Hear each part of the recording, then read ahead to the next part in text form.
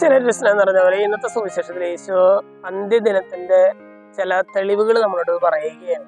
ഈശോ ഇന്നത്തെ സുവിശേഷത്തിൽ നമ്മളോട് പറയുന്ന രണ്ട് കാര്യങ്ങളുണ്ട്. ഒന്ന് എല്ലാവർക്കും അറിയാവുന്ന കാര്യമാണ്, മറ്റൊന്ന് ആർക്കും അറിയാത്തൊരു കാര്യമാണ്. എല്ലാവർക്കും അറിയാവുന്ന കാര്യം എന്താണ്?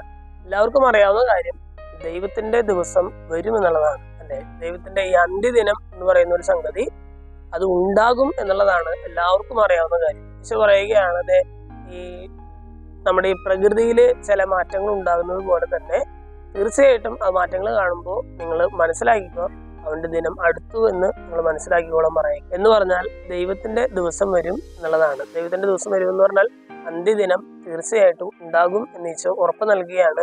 രണ്ടാമത്തെ ഒരു കാര്യം ആർക്കും അറിയാത്തൊരു, ഇത് എല്ലാവർക്കും അറിയാവുന്ന ഒരു കാര്യമാണ്, ദൈവത്തിന്റെ ദിനം വരും എന്നുള്ളത് എല്ലാവർക്കും അറിയാവുന്ന ഒരു കാര്യം.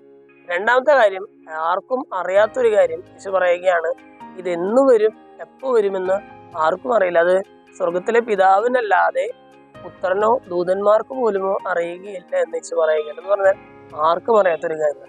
ഇന്നത്തെ സുവിശേഷത്തില് നമ്മൾ രണ്ട് കാര്യങ്ങളാണ്, ഒന്ന് എല്ലാവർക്കും അറിയാവുന്ന ഒരു കാര്യം, രണ്ട് ആർക്കും അറിയാത്തൊരു കാര്യവുമാണ് നമ്മൾ കേട്ടത്. നമ്മൾ എന്താണ് ചെയ്യേണ്ടത്? ഇനി ആർക്കും അറിയാത്ത ആ ദിവസത്തിന്റെ പിന്നിലെ മിസ്റ്ററി അന്വേഷിച്ച് അതിന്റെ പിന്നാലെ പോവുകയല്ല നമ്മൾ വേണ്ടത്, മറിച്ച് എല്ലാവർക്കും അറിയാവുന്ന ഒരു കാര്യത്തിന് വേണ്ടി ഒരുങ്ങുകയാണ് നമ്മൾ വേണ്ടത്.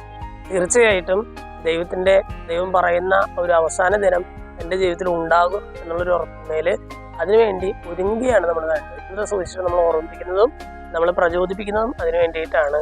ദൈവത്തിന്റെ ദിനത്തിനായിട്ട് ആവശ്യമായ മാറ്റങ്ങൾ വരുത്തി ഒരുങ്ങാനായിട്ട് ഈ സുവിശേഷം നമ്മൾ ഉറപ്പിക്കുകയാണ്.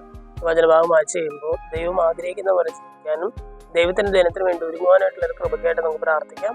ദൈവം നമ്മെല്ലാവരെയും സമൃദ്ധമായിട്ട് അനുഗ്രഹിക്കും.